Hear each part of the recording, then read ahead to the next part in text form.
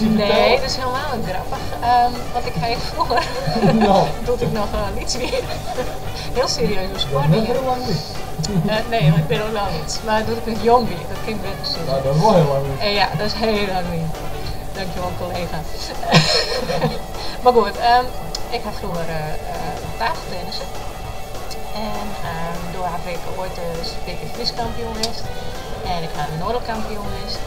En mijn beste prestatie is dat ik in de hele finale van de Nederlandse kampioenschap moest stien. Nou, die heb ik wel verlend, maar toch, die had ik dus bij de top 10 van Nederland.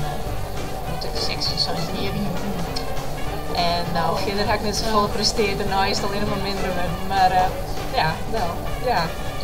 Dus ik moet nou nog maar wat doen om mijn leven wat uitleven, denk ik. En that's it, het punt had al lang geweest.